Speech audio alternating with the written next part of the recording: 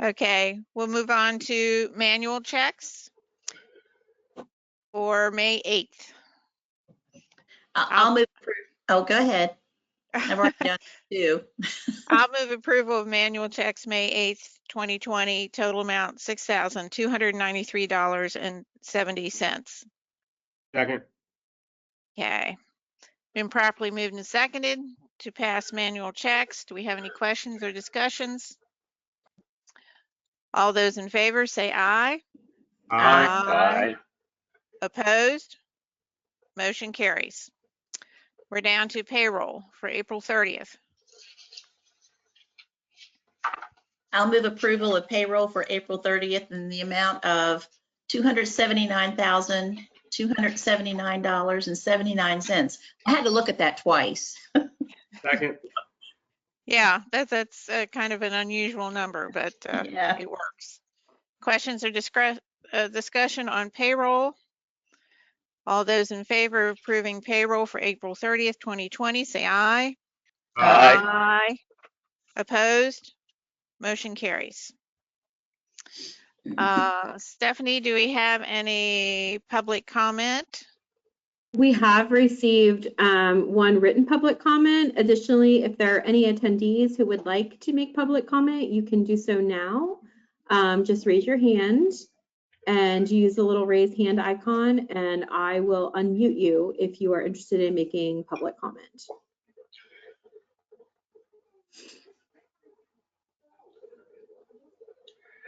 Stephanie? Yes.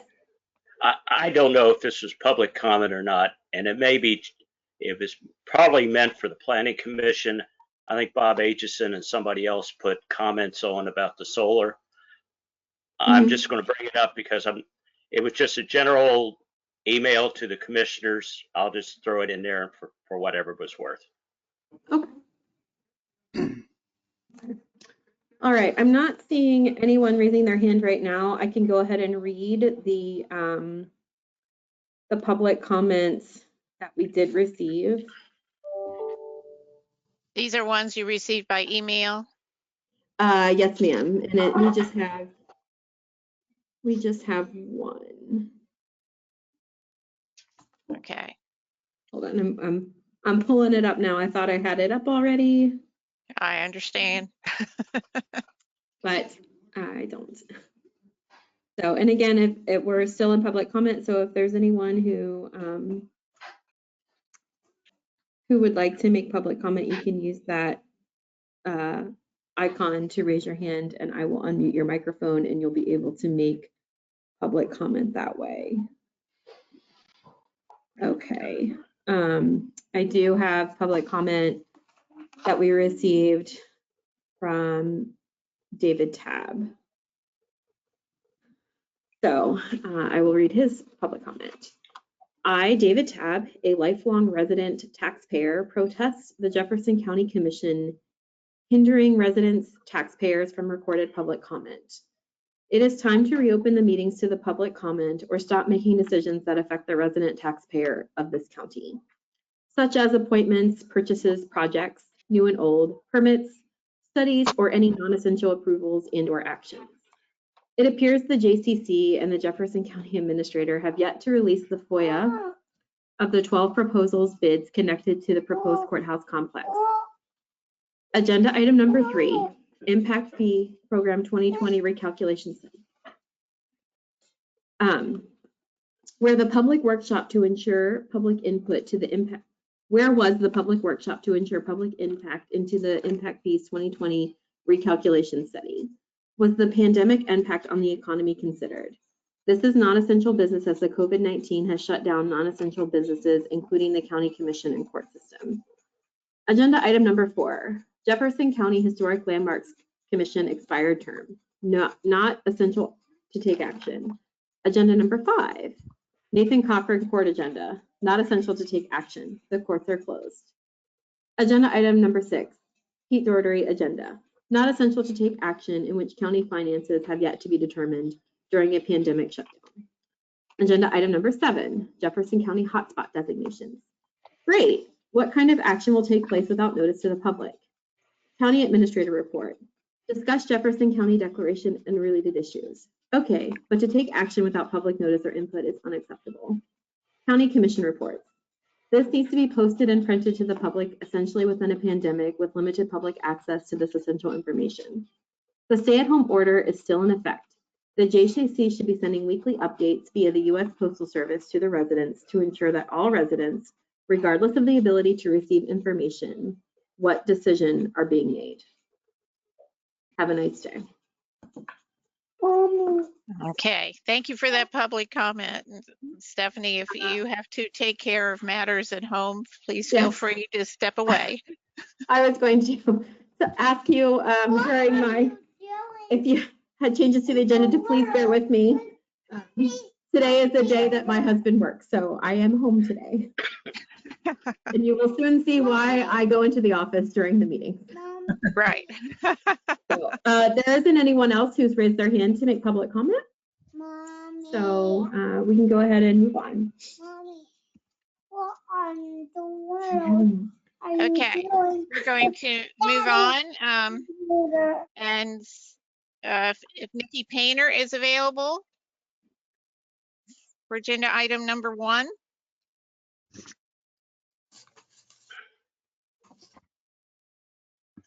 Nikki?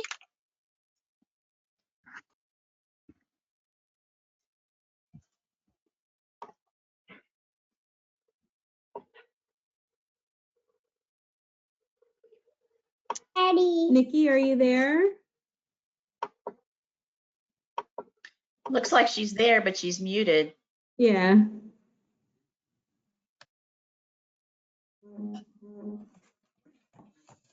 Mommy, Yes, baby. is this Daddy's computer? No.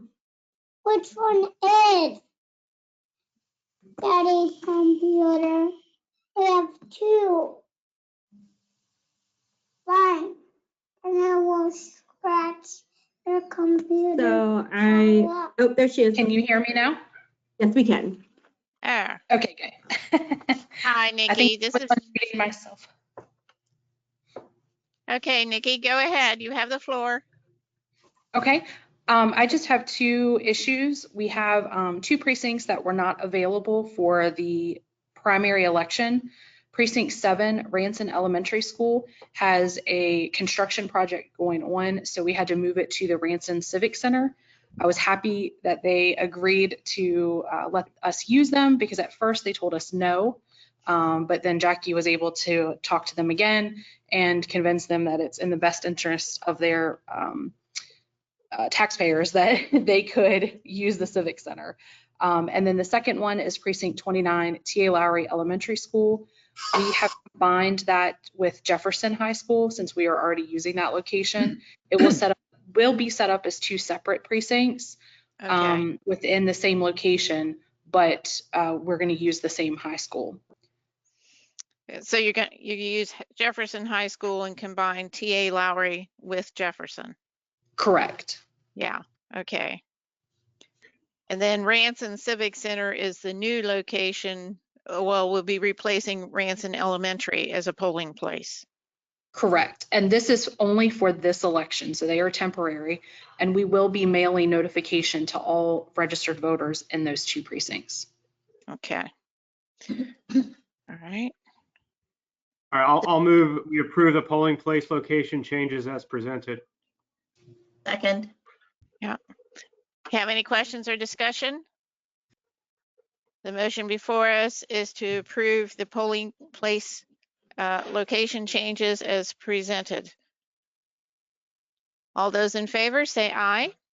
Aye. Aye. Opposed? Motion carries. Just a question for Nikki. Are there going to be a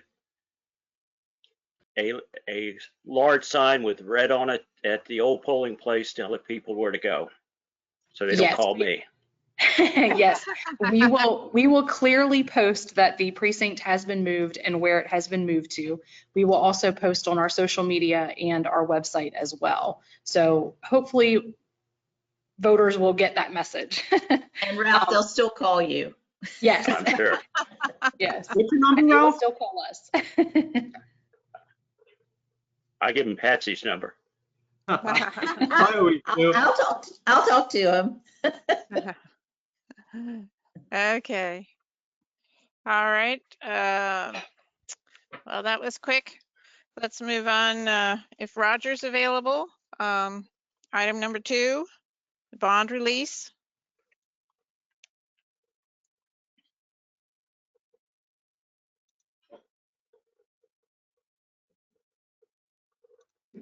So I see him, but he hasn't entered his PIN. Well, and we're early too, so Yeah. hopefully he'll come on. He's got the next 2 agenda items. Okay. Yeah, I've sent him a request to enter his PIN, so maybe we'll.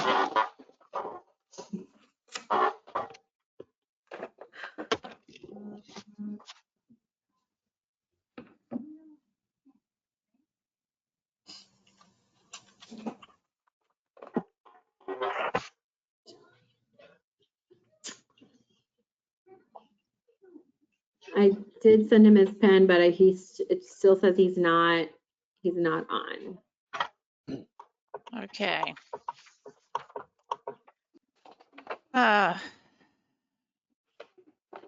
While we're waiting for Roger, do we want to go down to the last item on our agenda, the old jail cells, and discuss those?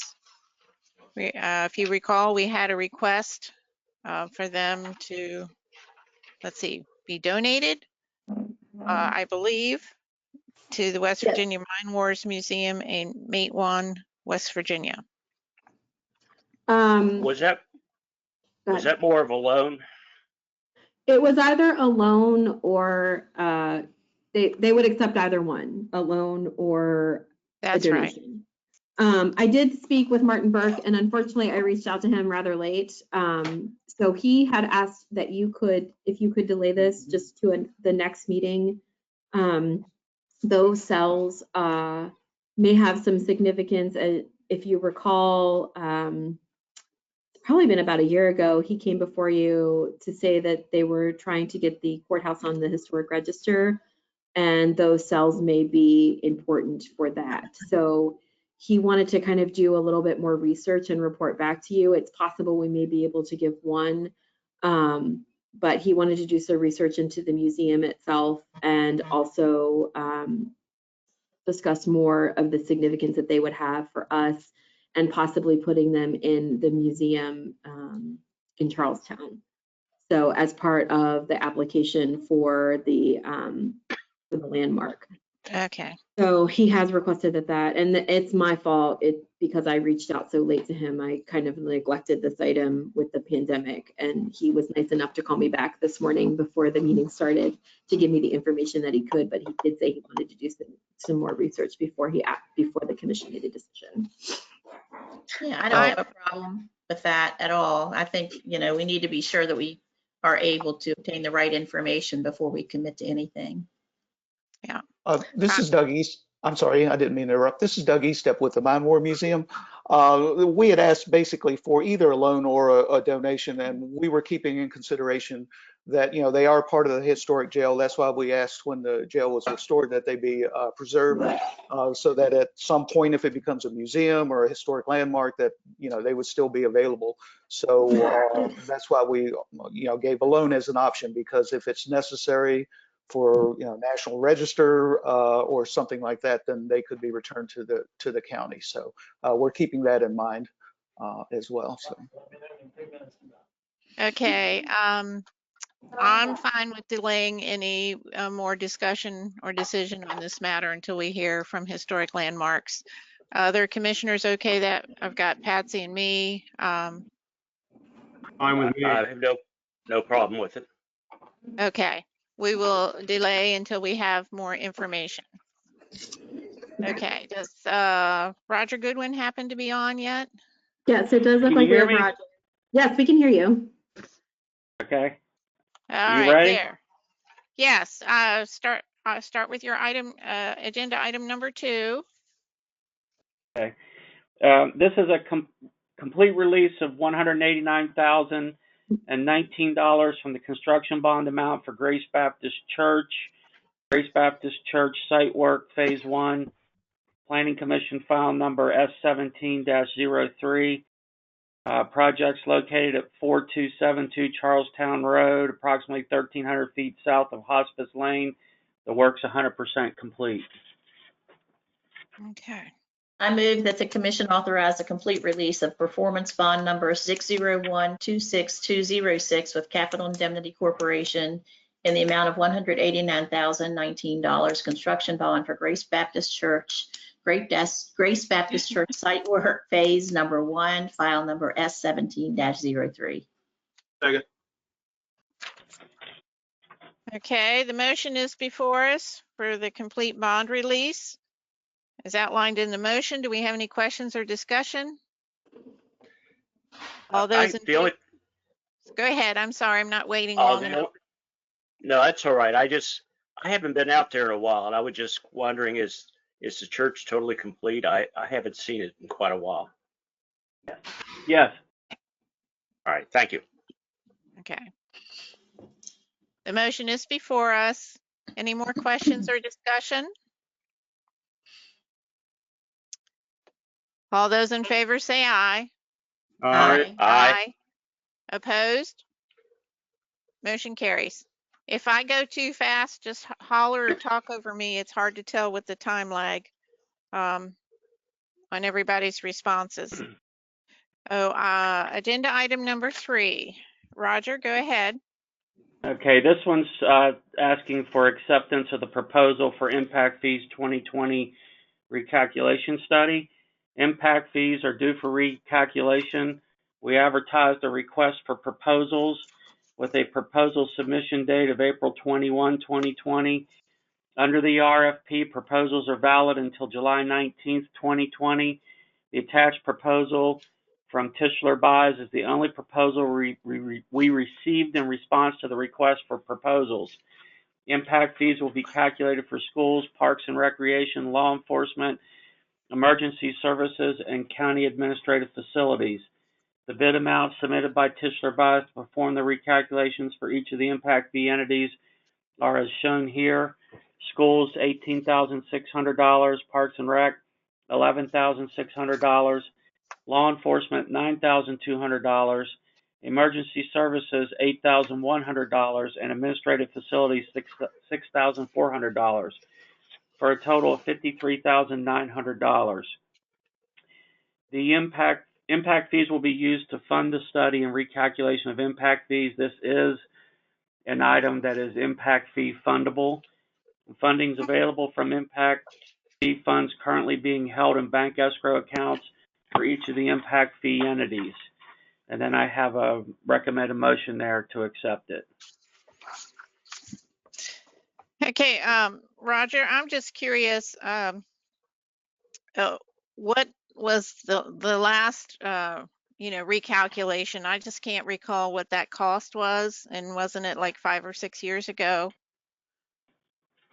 Yeah, and surprisingly, we had estimated based on inflation rate that we thought that this study would be about $80,000, and I think the last one was around $49,000. Okay, all right. So this is up some, but not as much as what we thought it might be. Correct. Okay. Roger, does the delay in everything these days affect us at all? What's that again? Is this something they do in their office primarily and on records? Does the current shutdown, lack of access to the courthouse and those type things affect us at all? With each one of these entities, they're going to have a discussion with them about what their current assets are, and they're going to gather that information and documentation, and they use that for the basis for calculating the impact fees. I think in the past they've met, like say with the schools, they would meet with the person that was the head of maintenance, just have a meeting with them one day to gather the information. It's probably all stuff that they could get via email. and maybe just do like a internet meeting with them, because they're just going to be updating the information that they had in the study the last time. So I don't see that as a problem. What would happen is if you accept it, we're going to send them a notice of award, and they're going to have like 15 days to submit their certificates of insurance. Once that's all in order, then we would issue a notice to proceed, and then we would set the date that they could proceed on it. And so even at that, we're probably into June before they could even start at the quickest. And we could even talk to them about, we would coordinate with all these entities as to how that they would want to do this, and if they got any issues with working with them to provide the information. But I'm confident we can work it all out and get the consultant the information they need. Thank you. Hey, Roger, this is Josh. Just a few quick things. So is this the same firm that did the previous recalculation? Yes. So I know we mentioned this before about like firms that are able to do this type of work. So they were the only one responding to the RFP. I mean, like who does Frederick County, Maryland, or any of these other areas that have impact fees? Are they using the same one basically in the same area, or? I would guess. I mean, those are all the ones that he's done work for, and there aren't many of them out there that do it. I mean, how big of a firm is this, knowing that there's not many out there? I mean, is this like a large scale firm? No, it's their resumes are in there. It's a firm of like maybe 5, 6, 8 people. Okay, I know we talked about this. It's surprising to me that there's only that one firm of that such small magnitude doing these types of things in the area. But I mean, that's fine. If that was the only one that responded, it is what it is. The second question is the cost. I just say we ran ads, and if we knew of anybody else, we certainly would solicit a proposal from them. But they're hard to find. We knew of one other one the last time we did this, and they said that they were going to pass. They weren't interested. And this was the only one that submitted the last time. I mean, that's fine. I would just, usually you see a number of, more than one generally, but I mean, maybe that's just the case with this type of work. I guess the only thing I have, this is not specifically for Roger, I guess just fellow commissioners. We discussed the payment of who's going to pay this. Do we need to talk about if we want to consider the school board paying this at this point, or a portion of it, or is that at a later point in time? Well, we determined that it's an impact fee fundable expense. And so we're just going to break it down as it's shown in the bid and take that amount straight out of their impact fee balances and write checks right out of the impact fees to pay for it. The county commission wouldn't have to fund it. Okay, perfect. So I just want to make sure I was clear on that. Thanks. And there's adequate funding in all their bank accounts right now to cover their share. Okay, perfect. Okay. Thanks, All right. Yeah. And I think Roger answered my question in that there is a provision in the proposal for additional documents to be submitted, but he explained how they were going to handle that to get their insurance coverage documents and things like that. So assuming that, that all occurs, then it looked okay to me. Okay. Yeah, I was going to ask if Nathan had done your legal review, so that's good to know too. And it is interesting to know that the costs will be covered in that manner and broken down. So yeah, good to go. Let's see.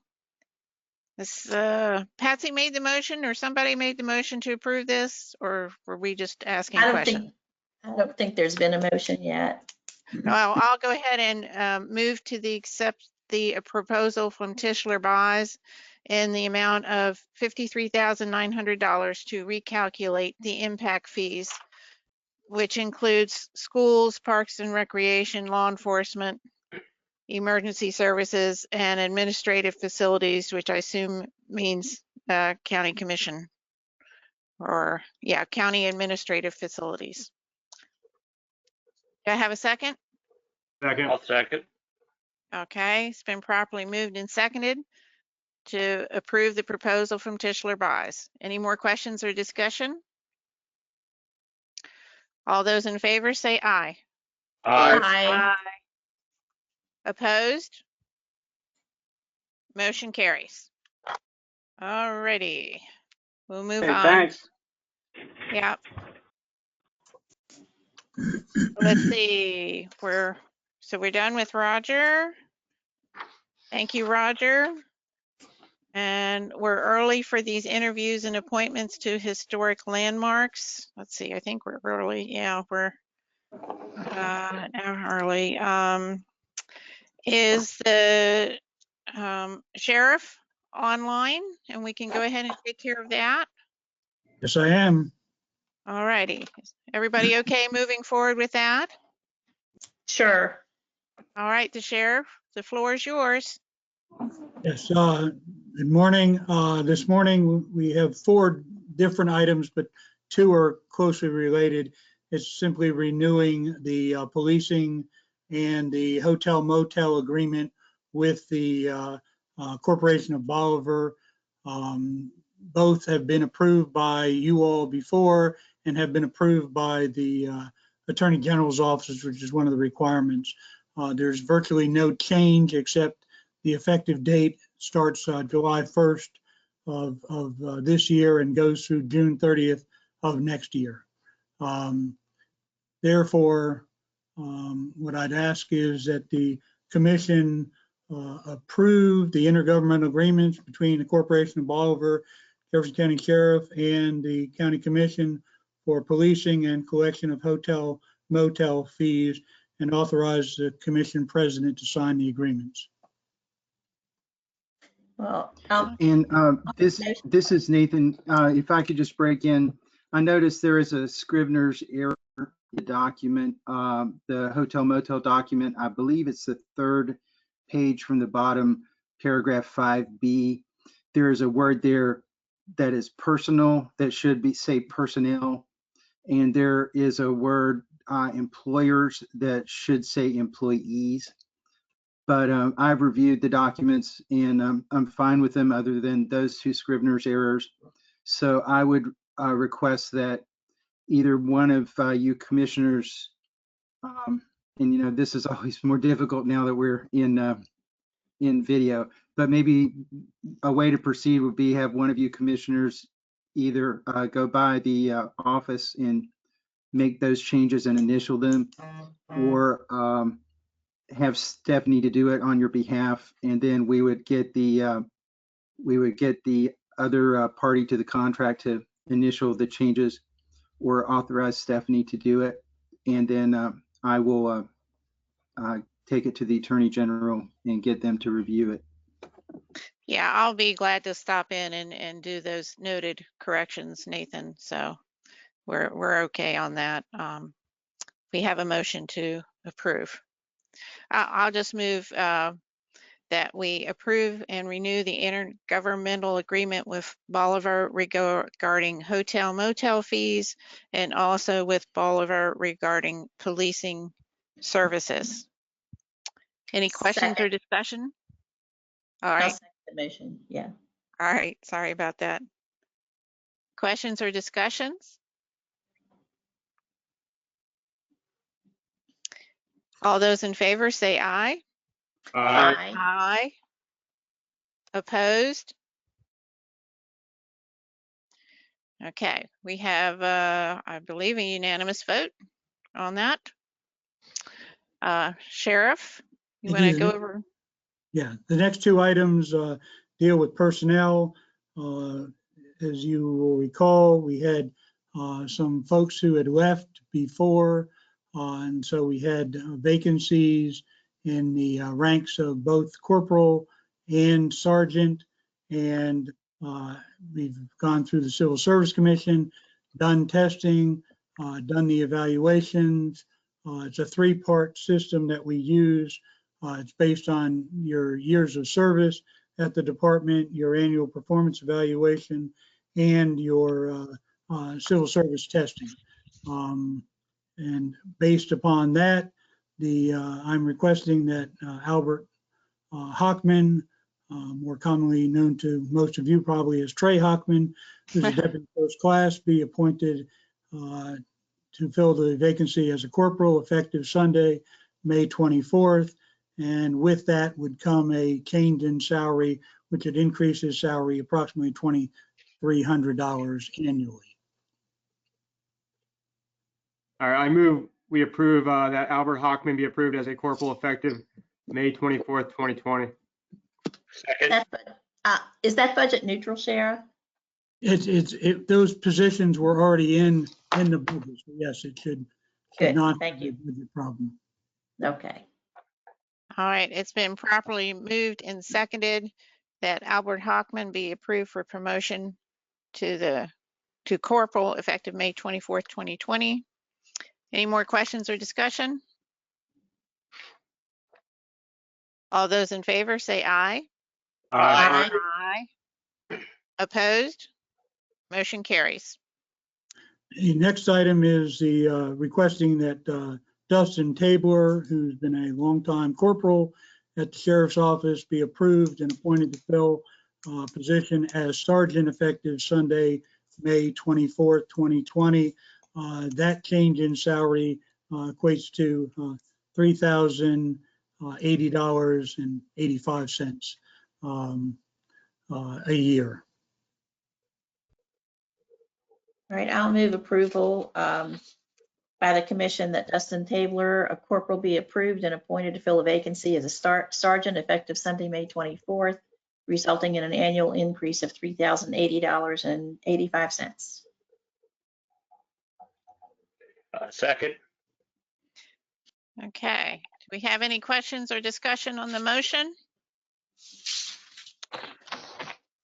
All those in favor of approving the promotion of Dustin Tabler to sergeant effective May 24th, 2020, say aye. Aye. Aye. Opposed? Motion carries. Thank you very much. All right, thank you, Sheriff. I'm looking at the time, it's only 10:05. Commissioner Tab, it looks like we do have the applicant for historic landmarks. It's actually sharing his webcam. So he is Okay. Online for the interview. And we have had no late applications, is that correct?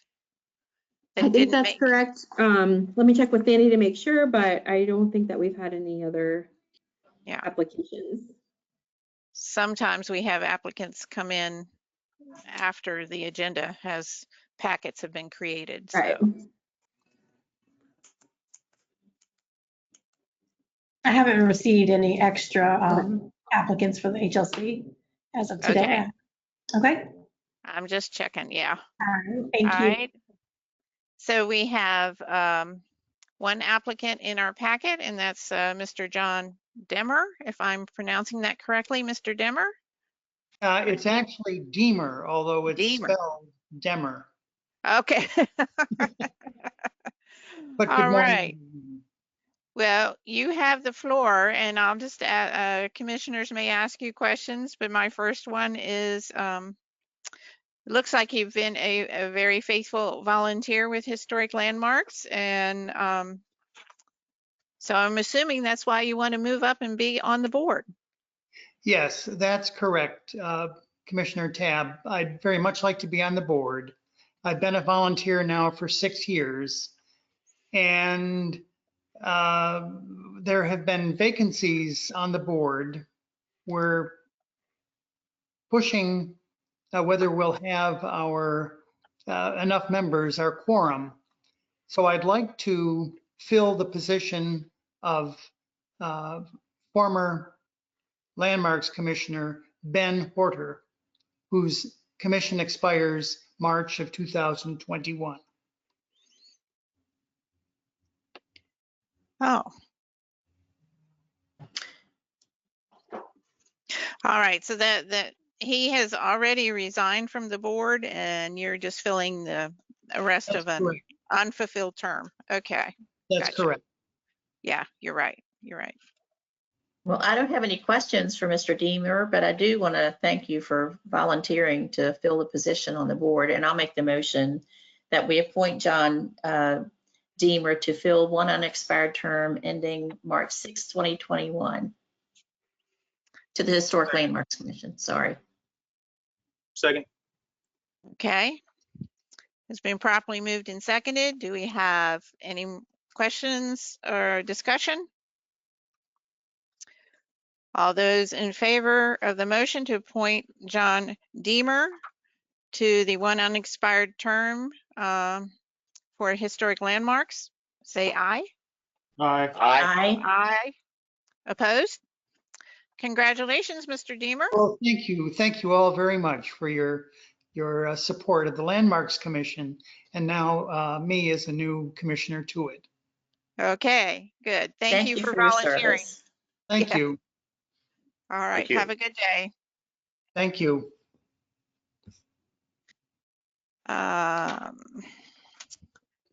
Mr. Nathan, no, well, this may all get wrapped around some of the, we may need you for everything, yeah. So do we want to move down to item number 7? And I'm sure all this will be related to County Administrator Report 2. Josh, do you want to take over for what you want to bring up on item number 7? Yeah, sure, Commissioner Tab or President Tab. So, I mean, this has been a very significant issue in the community the past few weeks, I think. The clarification has been abysmal from the state and the governor's office regarding this. We all know the hotspot designation as far as like number of individuals allowed near each other and so forth. I know Stephanie created, and this is where it's going to tie into the administrator report. She created that frequently asked questions worksheet with the working group we created. As Stephanie, I guess that was sent out to all the business owners you mentioned, right? It was, I mean, as much as we could reach them, we have Lynn Goodwin and Annette Gavin, who are both tied into especially the small business community. They received that and in addition, and disseminated it to their contacts within the business community. Additionally, I did attend a Zoom meeting yesterday with Harper's Ferry that had the representative of the Harper's Ferry merchants. So we're trying to get it out there as widely as we can. We're going to create a website on our page that will have all of the information. I've asked our public information officer to help me do that, as well as IT. And then all of the cities will link to that. So if you want me to go into what the hotspot designation means, do you want me to go ahead and explain that? I mean, from my standpoint, I mean, I don't know how many members of the community are listening in or whatnot. I think the county commission needs to do our part and try to establish what that actually means. So if everybody is okay with that, I'd like to hear it. Okay. So as far as we can tell, and I've spent quite a bit of time this week trying to decipher what exactly it means to be a hotspot and to be reopening. And as far as we can tell, and this is in consultation with the health department, who's enforcing most of the restrictions. So, you know, if you follow what we've put out, you should be okay with the health department. We are able to reopen like following the guidelines of the rest of the states. The only thing that the hotspot designation does for us is to limit social gatherings. The governor had increased it from 25, and we are still limited to 5 for social gatherings. But that limitation does not apply to businesses. It only applies to actual like social gatherings of private individuals or outdoor gatherings. So that isn't the number for outdoor dining or any of those other establishments that have been permitted to open in week 2. I think it's important to note, because I think I did not really understand this, but I heard Dr. Slemp say it on one of the press conferences, is that those social distancing guidelines that were in the emergency rules that the governor or that DHHR issued around April 20th, April 21st, those are still in effect. Even with the opening, the businesses still have to follow those guidelines. So I think that that is really important, and that has nothing to do with us being a hotspot. That is statewide. So as far as we can tell right now, in the absence of any further guidance from the state, which we've been told we'll be getting, but we have not gotten, we said we'd get it over the weekend. Over the weekend, they just removed some counties from the hotspot. And then they said they'd have it on Wednesday. And I think on Wednesday, they said they would say how they defined a hotspot. We haven't gotten anything on that. So in the absence of further direction from the state, our interpretation is that the only thing the hotspot does for us is to limit gatherings as opposed to 25, it's 5. And it would allow the health department to implement more stringent measures if they needed to, but they have not done that. So we are still under the state guidelines for reopening. There's another, and I wanted to address like kind of who put us in the hotspot, because that, or who chose for us to stay there. I think the county commission has been getting the blame for that. The health department has been getting the blame for that. And if you looked at Justice's press conference, and I think it was on Tuesday, he said that the state makes that decision, that they will consult with the local health officer to see how things are, but ultimately that decision is at the state level with the experts that the governor has put together for his COVID-19 task force. That is what he is using to make that decision. So it is a state decision. It's not a local decision. And he pretty much said during the press conference that even if we requested to be off, or any county, not just us, that he wasn't going to let them off unless his experts told him that that particular county should no longer be on the hotspot list. So that's what I've been able to discern this week as to what a hotspot means for us. But it doesn't limit the opening of businesses that the governor, is doing this gradual opening. It does not limit that here in Jefferson County, unless the health department would implement, greater restrictions, which they have not done so. Stephanie, does it affect churches at all?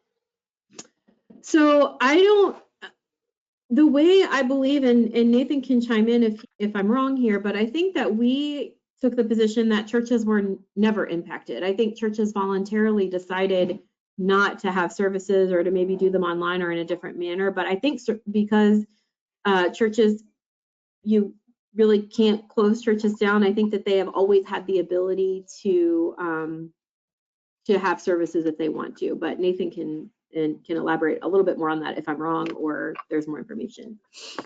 No, I think that's correct. Churches were classified early on from the beginning, really, as an essential business or essential service, and so they could remain open. And it's just that a lot of them, I think, just by using some common sense and some just being trying to be very considerate of others, did go to virtual services and things like that. Now there is, if anyone is unaware of this, the governor has released some guidelines and suggestions for churches that tried to give them some guidance as to how to do social distancing as they begin to open back up. While I'm talking, I would just point out there is, has been a considerable amount of confusion about all of these issues.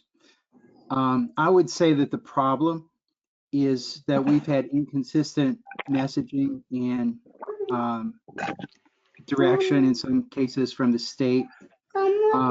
I worked with Stephanie, as you suggested, on these issues. We did discuss this in conjunction with the health department.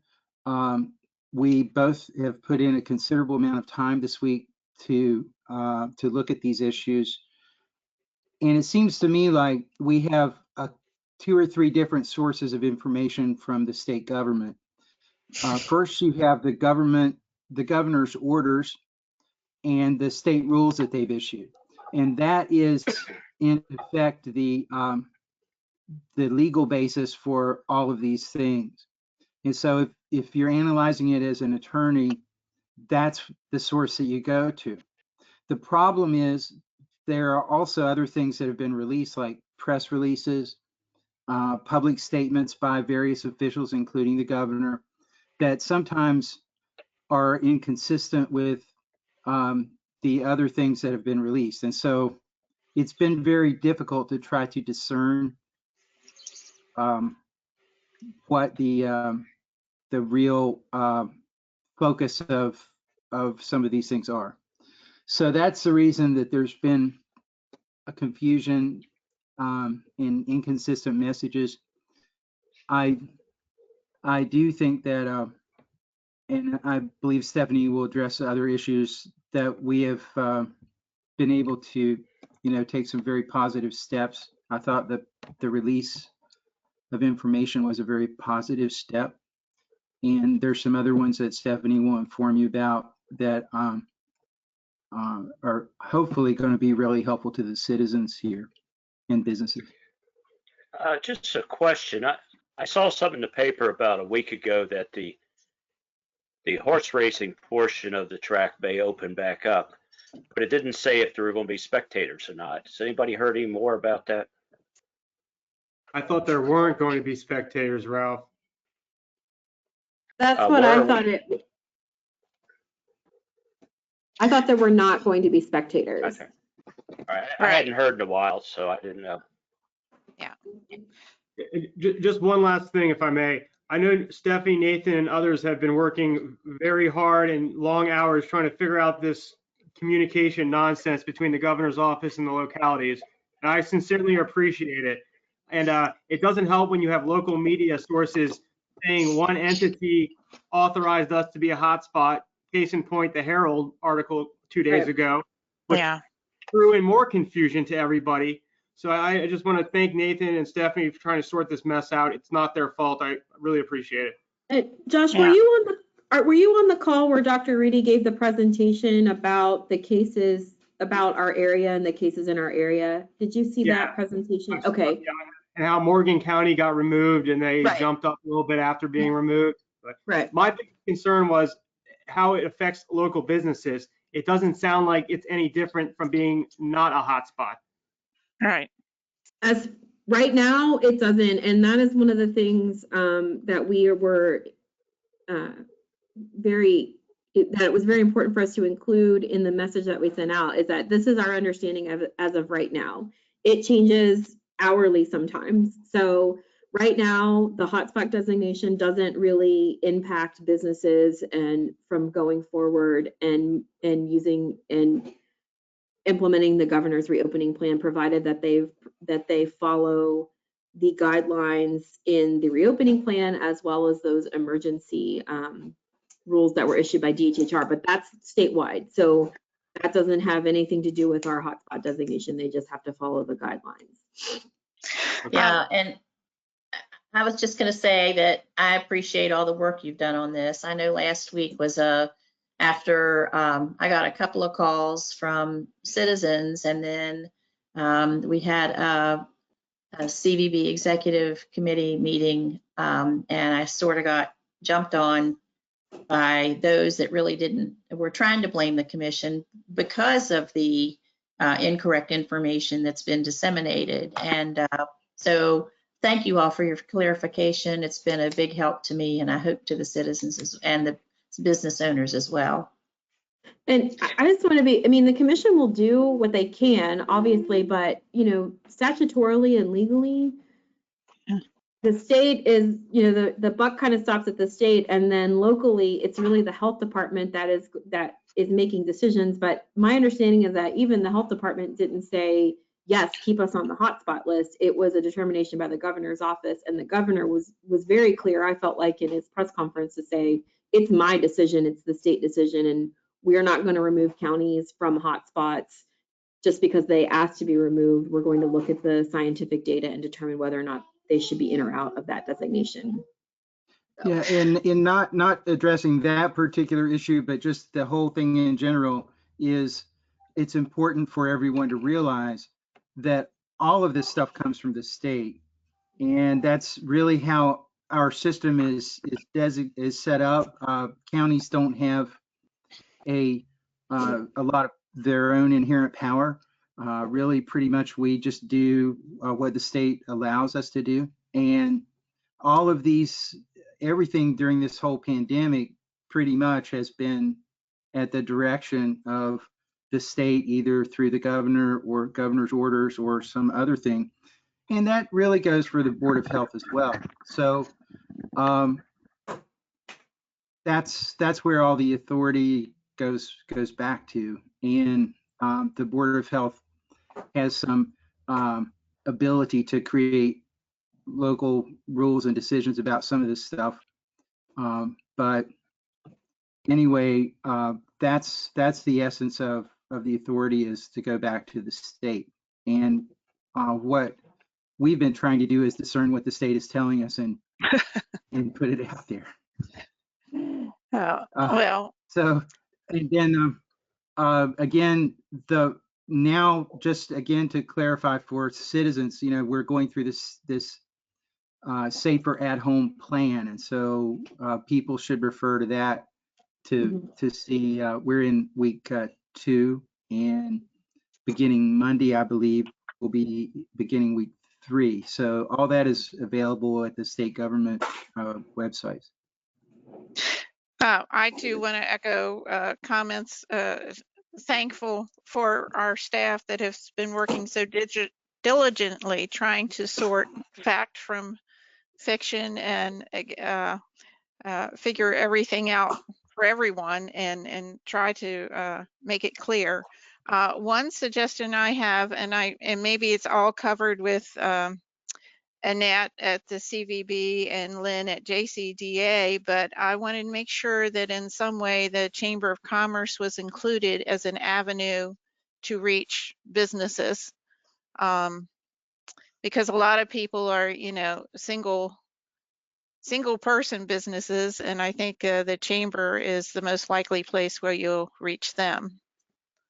And I think they've been having some Zoom meetings of members. We have been having, we've been having Zoom meetings, and I know that Lynn has been in contact with business owners too. So I really think people that like the JCDA and the CVB, both of those directors have been really an advocate and working with those businesses to try to just try to do what they can to work with them. Right. Well, I just wanted to get the Chamber of Commerce in that chain too, and I think it's just another avenue of outreach. So. Well, and that's something that I was going to ask is, we're developing this website, but do commissioners have any other ideas as to how we can reach business owners? I think the Chamber is an excellent idea. Are there any other ideas that you have where we can get this message out to business owners? I know that the health department has been receiving so many calls from frustrated business owners, and what I'd like to do is take some of the pressure off of them and just kind of have this consistent messaging. So maybe they can look at our summary and they won't have to call the health department to figure out where we are. So if commissioners have any suggestions beyond what we're already doing in the Chamber to reach businesses and citizens, let me know, and I will do that. We will have the website. I'm gonna do some press releases as well. But if you have any other ideas, I'm open to sharing, to doing whatever we can do to reach our citizens. I know that Commissioner Hudson asked if we could share that summary with the citizens at large, and absolutely we can and we should. One, because the social distancing, the Safer at Home still recommends practicing social distancing.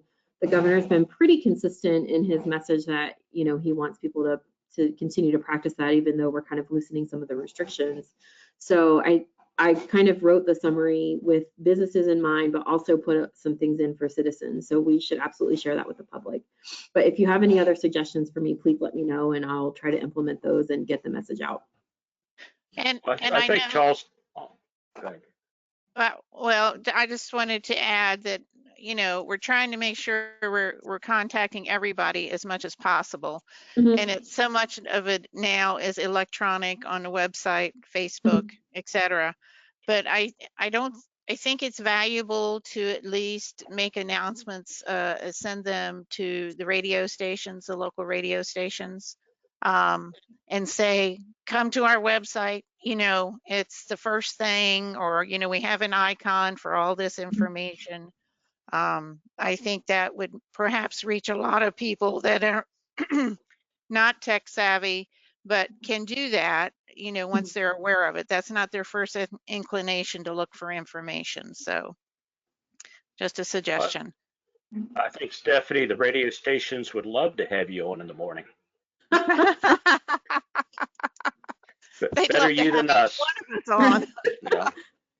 I was going to suggest that I know Charlestown has a downtown business person association. I think Yes.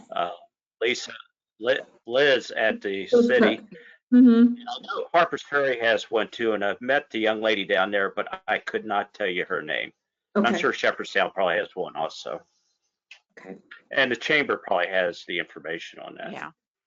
And I did, so this is kind of it was a task force document. I mean, Nathan and I drafted it, but it was on behalf of that task force that you authorized me to participate in at the last county commission meeting. So all of the mayors and city managers have that document as well. So I sent it out to the entire task force, which would include Annette Gavin at the CVB and Lynn Goodwin at the JCDA, as well as all of the mayors and city managers. So they should have it, but I can make sure that they're passing that along to their business people as well. We did have the initial meeting of that task force this week. We're going to have another meeting. We decided that we would meet weekly, but we're going to have another meeting on Friday. One, because we were hoping that we get some additional guidance from the state, since they said some additional guidance was forthcoming. And two, just since we're kind of starting up, we wanted to just have kind of a check where we are, but we will be meeting weekly after this to, you know, kind of form our strategy. We decided to do it on Tuesday since the weeks begin on Monday. We would meet on Tuesday and get that and try to get that summary document out on Tuesday. So my plan is to do a summary, like a frequently asked questions like I did for week 2. I'm hoping to do that for all the subsequent weeks as well, or any time that anything would change with the state. I would issue a new summary. The website is not up and running yet, but I have tasked our public information officer with doing that. And I told her she could reach out to anyone on the county staff if she needed help doing that. She should feel free to reach out to them so that we can get it up and going.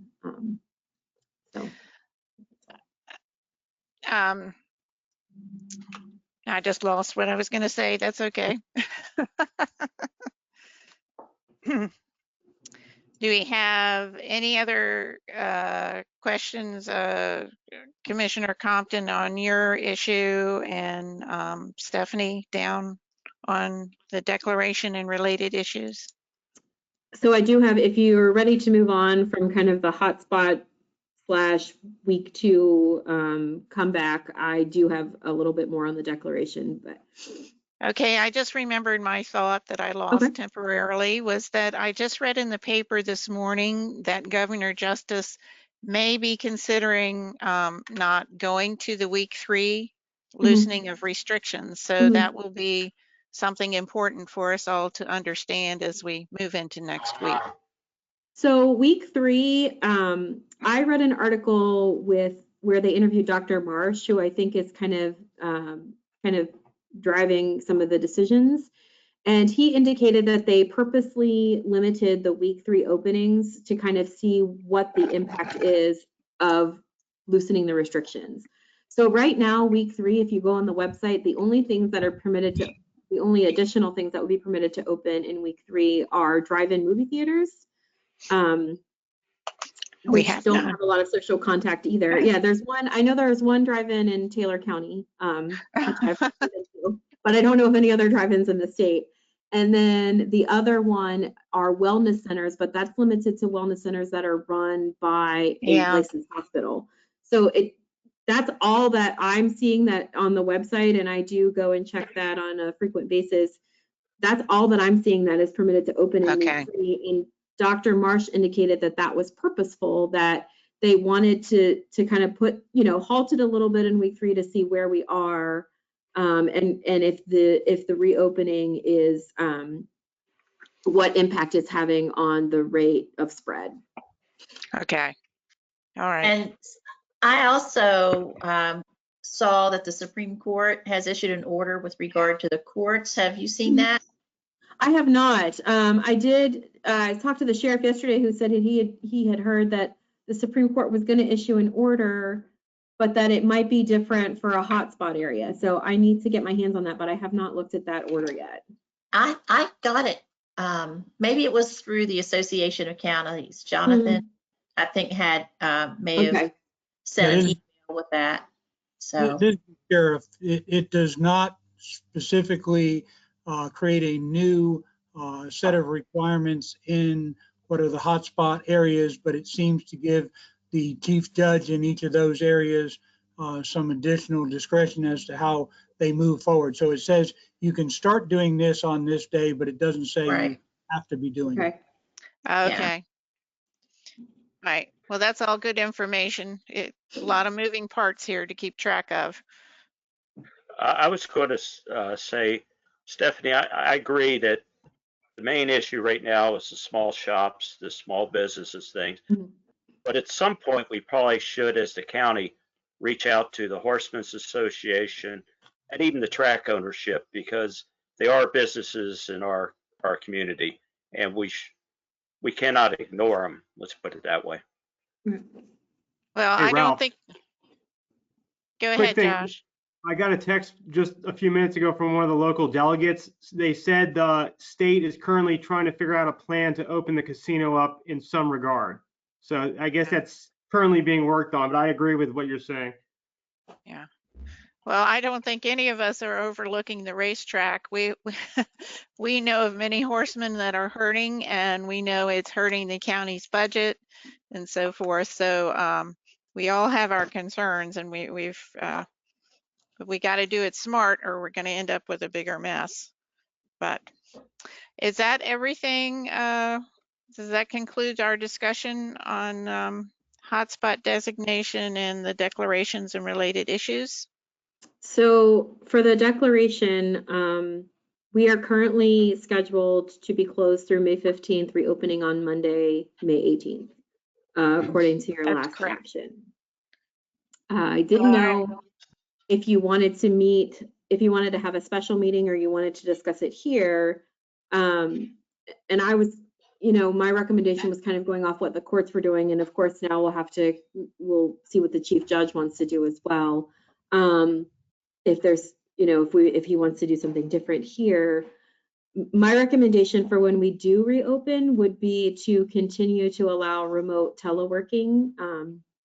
If you look at the National Coronavirus Response Plan and the report from Johns Hopkins talking about the phases of kind of returning to normal life, they do recommend continuing to practice social distancing and allowing telework or remote work as much as practicable. So that would be my suggestion. My other suggestion would be maybe if we reopen to the public, we do that more slowly so that we're really, we ask people to make appointments. We don't have, we tell people, okay, you can come in at this time, and then we ask them to come in at their appointed time so we don't have people congregating in waiting areas and things like that. So that would be my suggestion. I don't know if you want to just kind of decide that today, or if you want to have a special meeting when we're closer to reopening. That's up to you. But right now we're scheduled to reopen on May 18th. I will tell you that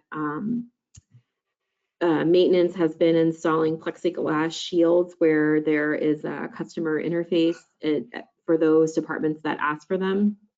We're getting requests for hand sanitizer, and we do have some bulk hand sanitizer. Unfortunately, it's in, by the gallons, so we have to have something to put it in. So I sent an email out asking everyone to hold on to their hand sanitizer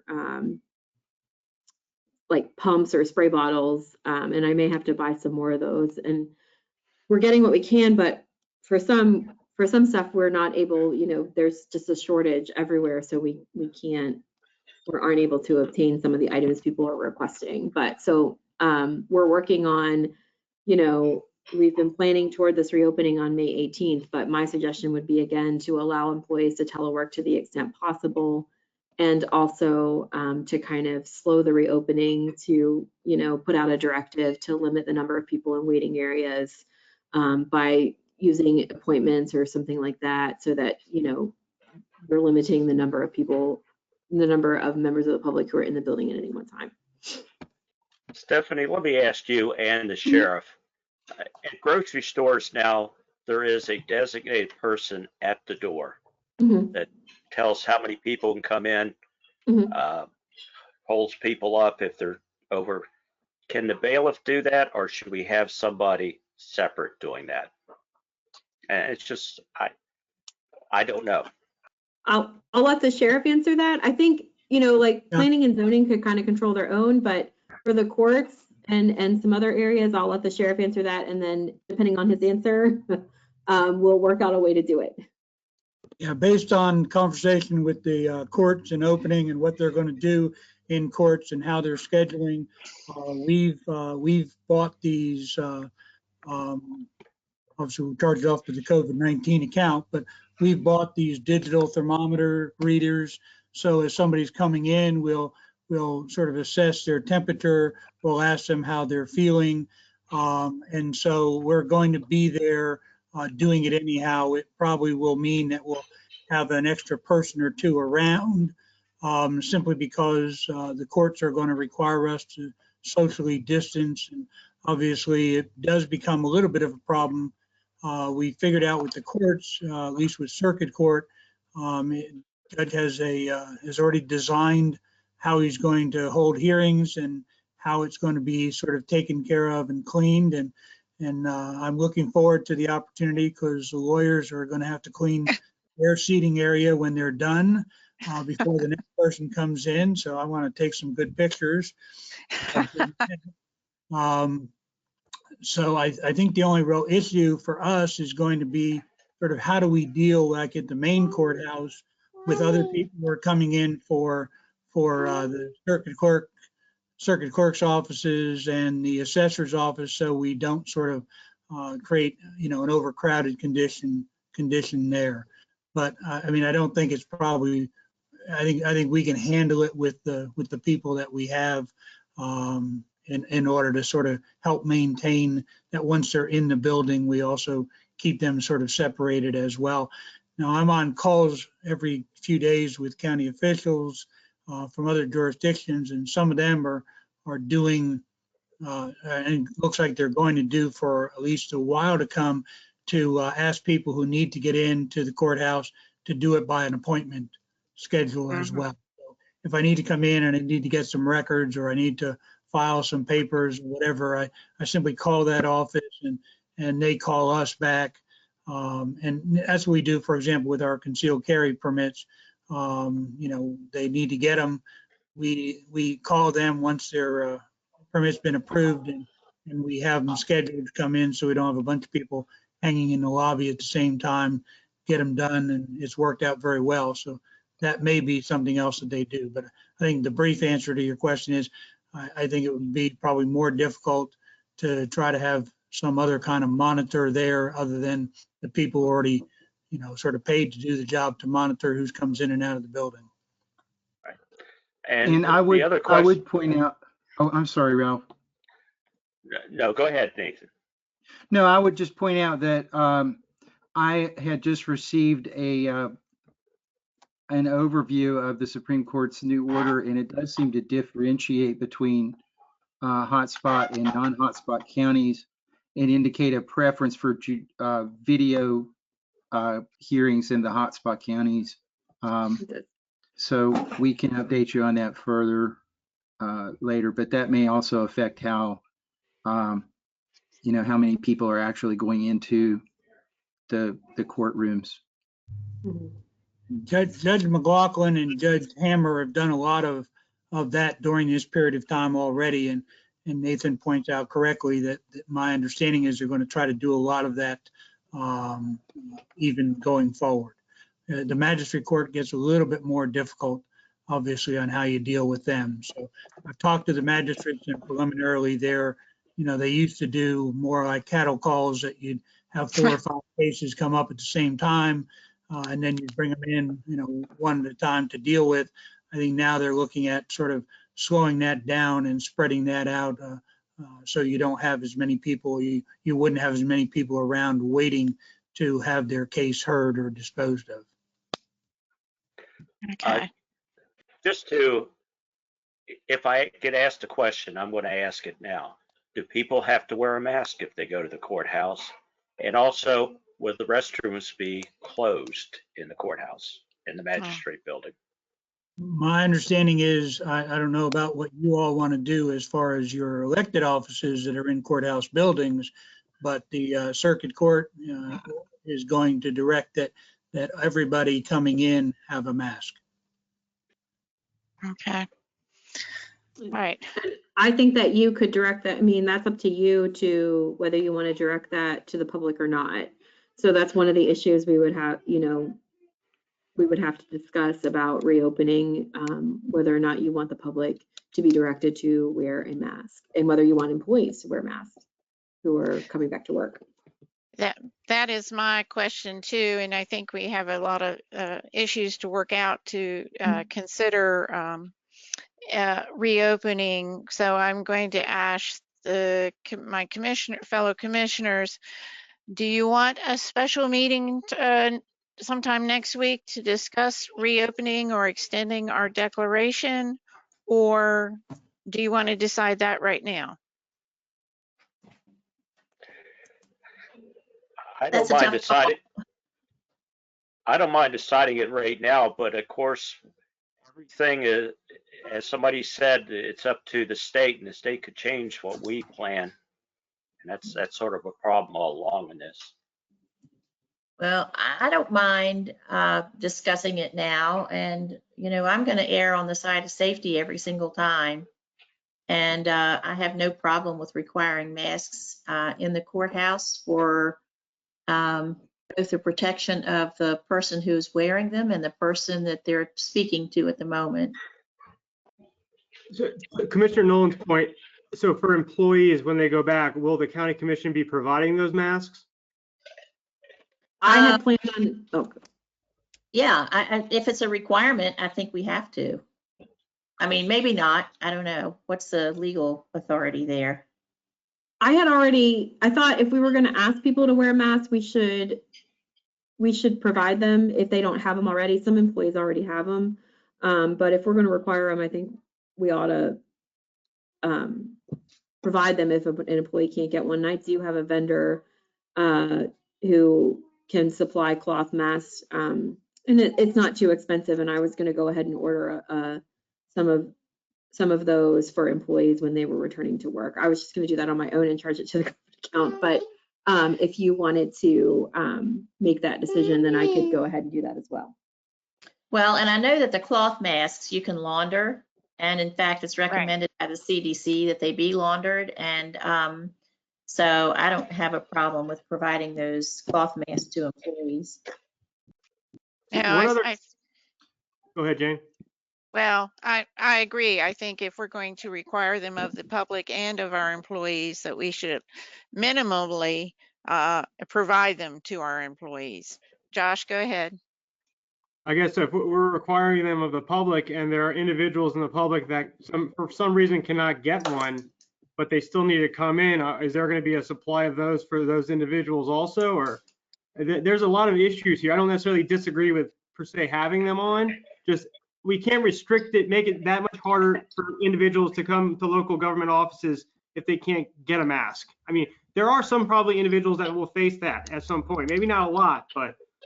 So we have already ordered some masks for the public as well. They're not the reusable ones, but we did order some disposable masks from Amazon, and Sandy's telling me they should be here probably tomorrow. So we already had those in anticipation of reopening and asking the public to wear masks. We had already ordered some.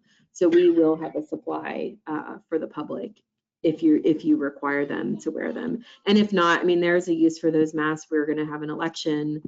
Secretary of State says that they're going to supply them for the poll workers, but they haven't gotten them yet. So we're kind of working on that as well. But we did order a supply of masks for the public in addition to the ones that we're going to get for the employees.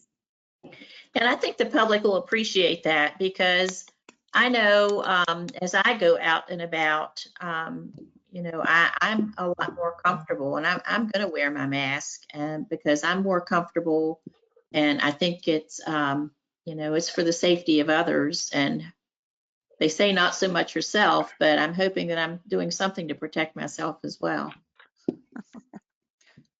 Well, at this point, I am not comfortable reopening county government on May 18th. I feel like, and we don't even know if we would be allowed to reopen, is my understanding from legal folks, that we're still considered a hotspot. So I'm going to suggest that, I'll make the motion that we extend our declaration to minimally May 21st till our next meeting. I'll second the motion. I don't have a problem with that. Although I wonder maybe if we try a soft opening. Do we want to try a soft opening or do we want to discuss it more? I think we really do need to see the numbers since the guidelines are being relaxed. I do think we should look at the numbers before we do a full opening. So I don't have a problem with that. And to take the recommendation of the health department. Right, and that's what I was hoping. Right. By extending our declaration, things would remain as is, and we'd have a thorough discussion on May 21st, perhaps have more information from the health officials and guidance from the state on how to proceed. But that's just where I am. The question I have is the courts going to open up on the 18th? Sheriff, you've been in discussion with Judge Hammer. Do you get the sense that they're going to open up and start having hearings on the 18th? I don't know that they will really open in a classic sense, but I think there will be some people who will be allowed to come in for in-person. Obviously, you don't want to sentence a person to prison on a video camera. It's maybe hard to get them to show up. So I think there are some things like that they're planning on doing. Yeah, it looks like in the hotspot counties for the judicial order or the release that the Supreme Court just put out, that they are asking them to still hold the hearings via video or teleconference if appropriate, and also that they're asking employees to continue to work remotely if possible. So it looks like if we continue to stay in that hotspot designation, that will impact the court's operation a little bit. And it also specifically says, so we're supposed to have grand jury, as you probably know, in April, and we didn't have that. And they cannot have jury proceedings until we are removed from the hotspot designation. So, correct. I mean, that's from the Supreme Court. I think unless something changes rapidly, we're probably talking 6 weeks or more before anything like a normal situation comes back. Okay. All right. Taking that into account, I don't see how we don't extend it then. Yeah. And I wanted, we're using the term closed. Our employees are working. We have had a 30% increase in building permits from this time last year. We're continuing to do building inspections. If the public calls and we need, they need to meet with us, we do meet with them. There are some things that we're not doing, like the marriage licenses that we discussed the last time. And part of that is due to the fact that the county clerk's office is completely inundated with this election, and they're kind of drowning in paper processing the absentee ballots. I mean, that's one reason. The other reason is, again, we're trying to prevent people from coming from other areas. So we are still functioning. We're still doing work. Our employees are working, most of them remotely, but we are still working. So we're not completely closed. We're not, we're not doing anything, but we're just the public just can't come in whenever they want to. Though I have spoken, if people call me and they want to do something, and it's typically more of our older population. I've offered, I'll say, okay, well, I'll come meet you at the door if you want to give me your check in person. So when I tell them that they have the option to mail, almost all of them have chosen to mail that in. We've added drop boxes. So we are still, the buildings are closed to the public, but we are continuing to work. And I just want, for the public that's watching, I want to make that clear. We are still here working and, working to serve you. And if you have questions, call us and we'll do what we can to help you get whatever you need from the government. But we are continuing to provide the services. Of course, our emergency services, like the sheriff's department and dispatch, they work no matter what. But all the rest of the county is really working too. So we haven't stopped doing, the other services that we provide. The assessor, I believe, put people back in the field because she still has to visit those properties pursuant to the state code.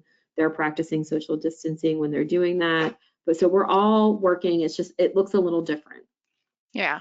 Local government is open. It's just the way it's open is different. Right. Yeah. You just can't walk into our building. Right.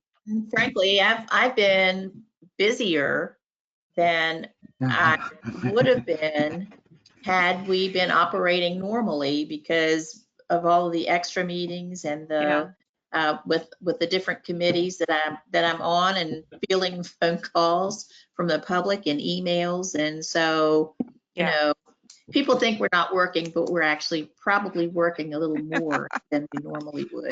I've been saying we have to get back to work so I can get some rest. That's right. I know Stephanie and I have just been constantly working since. I know. Yeah, and I'm hearing that from a lot of employees who are working from home. Michelle said the same thing, that she's, she gets up in the morning and she just starts working at 7 o'clock because, and then, 5 or 6 and she's still working. So we're kind of all working harder maybe than we were before. And I think it's so easy now to meet that you don't have to be physically in a location. You can just say, hey, join this meeting virtually. So we're having a lot more meetings as well, a lot more conference calls because it's a lot easier to call in or log in.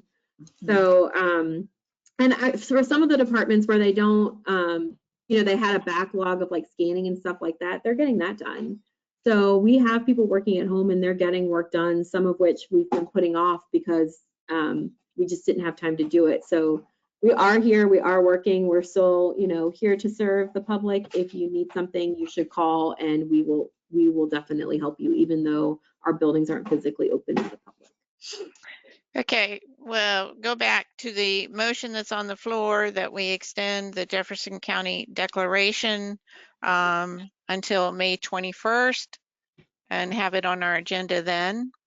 But Commissioner Tabb, could I ask you to extend it to that Friday so that we're not opening midweek, so that it's going to a Monday, so that we close through the 22nd? Yes, okay. I will amend my motion to extend the declaration to May 22nd, and we will have the issue on the May 21st County Commission agenda, which will be an evening meeting. I think Patsy seconded that motion. Are you all right with that amendment? Yes, I am. All right. Do we have any more questions or discussion? All those in favor of the motion say aye. Aye. Opposed? Motion carries unanimously. Now I am going, we've got item number 5 with Nathan with lots of things going on. And because I believe that Stephanie will deal with any of the other issues, and we basically have talked about most of the other issues, I'm going to pass on all my stuff for this time. oh my goodness. I have one quick thing, President Tabb. Okay. To the previous one on related issues, I mean, this has come up to me from constituents as well. This may be a Michelle issue. I think it falls under the pandemic related issues. I constantly have been getting questions about the budget. I understand Michelle has briefed us slightly on the current fiscal year and next fiscal year. I don't know if she has any way to just provide a quick update to the public as to what's going on with the county budget potentially. Let me pull up my spreadsheet. Give me a couple minutes. Okay. I'd also like to, and it's nothing to discuss today, but Stephanie knows we've been getting questions about the $100,000. I just want to make sure it's on our next agenda. Okay, so yes, when I meet on that task force, certain municipalities are very interested in that $100,000. What I have since discovered, and it's related, it ties into the CARES Act, and that those guidelines continue to change. So the strings that are kind of attached to that stimulus money from the federal CARES Act continue to change. And when Justice provided that block grant, he tied it into the CARES Act requirements. So many counties have put it in an account and they're not spending it yet because they're waiting to get more clarification from the CARES Act. You may have heard Governor Justice say that he believes that the feds will allow us to backfill our revenue. Currently, that is not permitted in the CARES Act. So if we've lost funds because of the pandemic, right now we cannot backfill. And some of that is due in part because there are some states that have outstanding pension issues that they had pre-pandemic, and they don't want the money to be able to use for that. I was on a call with Senator Capito on Monday or Tuesday. And I did express to her that, you know, we are somewhat unique among West Virginia counties in that we're probably losing more money than any other county because of the track being closed. And, you know, we have been good stewards of our money. And I told her, you know, we have a contingency fund, we have a capital fund, and we have consistently put monies aside in those accounts. We haven't, it's not because we haven't been good stewards of the money. We haven't, you know, we haven't taken the roll-ups. We've tried to be considerate of the taxpayers as well. But so it would be helpful to us to be able to backfill some of our losses. And, you know, I told her that you know, anyone can agree you shouldn't be able to use that money to address issues that you had pre-pandemic. But for those of us that can attribute our losses directly to the pandemic, you know, I feel like they should create a guideline that allows that. And the governor has said that he feels like that that will happen. And I think Senator Capito seemed sympathetic to that as well. So some of the municipalities have asked about that money. And I think, you know, what I'm envisioning is somewhat of kind of a grant procedure where we would ask organizations, because we've gotten Catholic Charities to send us a letter. We've gotten a few organizations who said, hey, I'd like to have some of that $100,000. So I'm envisioning almost like a grant process where you tell us what your needs are, how it's related to the COVID-19 pandemic, and that, you know, that would go out to municipalities and probably nonprofits like the senior center. I know that they have incurred some additional expenses. You know, the track used to donate meals, they're not getting that. Yeah. They're delivering more meals rather than having in-person meals. So they've been impacted. So we'd send that out and say, you know, apply for this money, tell us why you need it, tell us why it's related to COVID. I don't want to make it too complicated, but I think there are a lot of organizations that would be eligible for the funding even under the CARES Act. And we should make sure that we're considering all of those requests. I did talk to the municipalities. Some of the municipalities said, you know, we don't have a whole lot of costs related to the pandemic. You know, we've bought some PPE, but other than that, we don't have any, you know, extreme costs. But we would like to, you know, if we got it, we would give it to the JCCOA. So when I was having that discussion with them, I kind of came up with the idea that we would make it like a grant procedure. And the commission hasn't decided how to spend that funding yet. We haven't done anything other than to say, reach out to the municipalities. And I know that there are some municipalities who are interested in it, but we have to account for the money. So we need to make sure that if we're giving that money, that it really is related to COVID-19 and it does meet the governor's requirements. So I will put it on the next agenda. That's a lot to say. I'll put it on the next agenda. We can discuss it. But that is what I'm envisioning right now, is that it would be some sort of like a grant process to say, hey, community organizations and municipalities. And, you know, we have, you know, the masks that we've ordered, we have some expenses already. You know, what we're using now for our meetings, I coded that as a COVID expense. So we have some expenses related to COVID-19 that I think are fundable as well. But that's what I'm envisioning, and I will definitely put it on for the next agenda so that we can discuss exactly how we want to distribute that money and what we want to do with it. Well, and the same is true for ESA. They've had additional expenses for PPE, especially for COVID. So.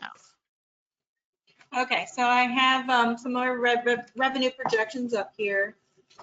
When I developed my revenue projections, some of the things that I included as my assumptions were that I looked at all of our different types of revenue classes. One of them is property tax.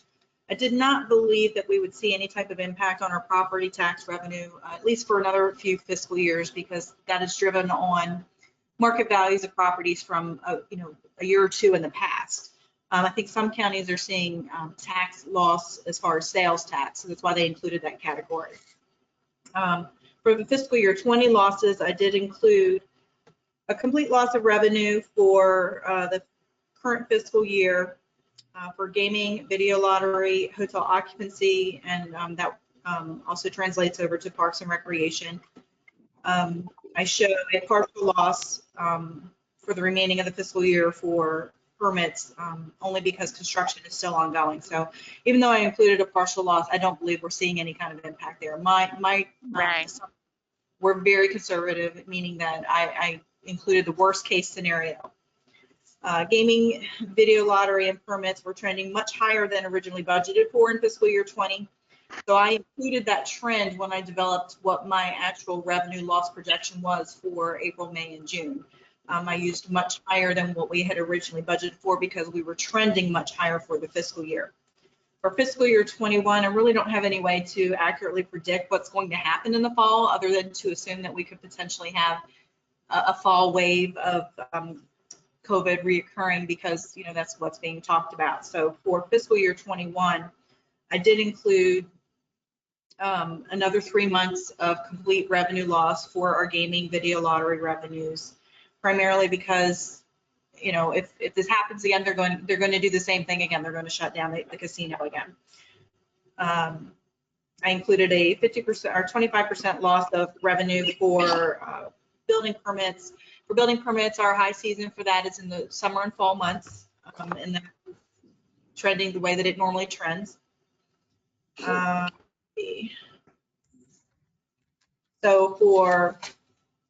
to get to some of the actual numbers, I project that for hotel occupancy tax, we should see a loss of about $257,000 in fiscal year 20. That's in the current fiscal year. Now, hotel occupancy tax is a dedicated revenue source. So that means that 100% of that revenue is spent on something else. And those separate organizations are going to see a loss of that revenue. So that's 50% that goes to CP, 45% goes to Parks and Rec, and then the other small percentage goes to Arts and Communities and our Historical Commission. I only included an $80,000 loss in building permit fees. I think that was a conservative number. I really don't think we're seeing much of a loss there anyway. I did include Parks and Rec numbers, and this is a number they provided to us, so that they're losing on program revenues because their parks are closed. They're not able to hold any camps. They're not able to hold any classes. They're projecting a loss of about $300,000 for fiscal year 20. That's in addition to the loss that they're going to receive from us for hotel occupancy tax, and the loss they'll get from that is a little over $1,000. Our horse and dog racing tax, we have a loss of about $4,000. Gaming income, based on our current year trends, we have a loss of about $179,000. And then for video lottery, I included a very high estimate originally of $750,000. I think that loss is going to be closer to $600,000 to $625,000. Either way, it's still a big number.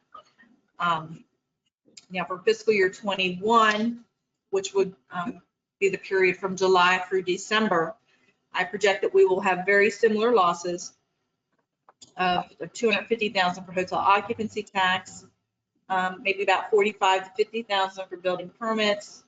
Our Parks and Recreation, unless Parks and Recreation are able to open up and they're able to start getting some of that program revenue back, they could see a potential loss of $200,000 to $270,000. Horse and dog racing, I project that we'll have about a $2,700 loss in the fall. Gaming income, about $146,000. Video lottery, our biggest season for video lottery is in the fall. So if we do have a fall COVID wave, we could get a loss of $900,000 to $950,000 in the next fiscal year. As far as expenditures go, I just want to echo what Stephanie said. I'm not really seeing a lot of large expenditures coming through for COVID at this point. We haven't seen a lot of overtime. In fact, many employees aren't, their call volume is down in our emergency services department. So we're not seeing much overtime. The majority of the expenditures that I'm seeing are for PPE equipment, for spraying equipment so that they can disinfect areas that are in the public, for hand sanitizers and wipes, and then for the video software so that we could actually continue to have our meetings. That was the other largest expenditure that I saw. And I would estimate our expenditures in total will probably be between $75,000 and $150,000. Unless we start seeing more cases here in the county, where we start having more overtime as a result, but I'm not seeing that yet because everybody's home. Yeah, quick question. As far as I know we had put a hold on positions in the next fiscal year. Do we foresee those 4 ESA positions and 911 call centers staying, or do you foresee those having to be pulled out? That would be a call for you as the commission. Right now, I have them slated to not be filled until January the 1st. However, if you feel that they need to be filled, they could be. But as I said, call volume is down right now, so I'm not sure that, that's your call. Yeah, I think we need to have a serious discussion regarding those because, granted, we're in a pandemic situation right now and it's public safety. And I know it's 2 months until the new fiscal year. Some of those positions were slated to go to specific firehouses. If we don't plan on funding those, we need to give these firehouses and ESA a heads up as long as we can, as soon as we can. So. And Josh, I agree with that.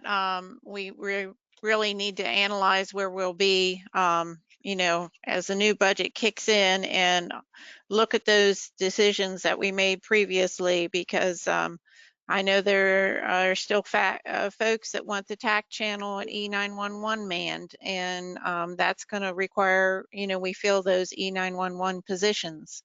So we have a lot of things that will need serious reconsideration as we move forward.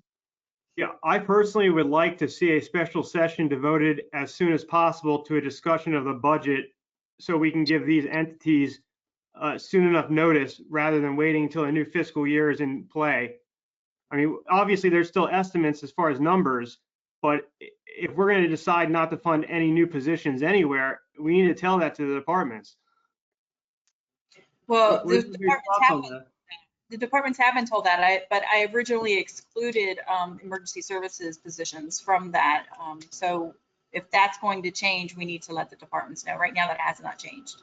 So those 4 positions at ESA are still slated to be hireable the new fiscal year then?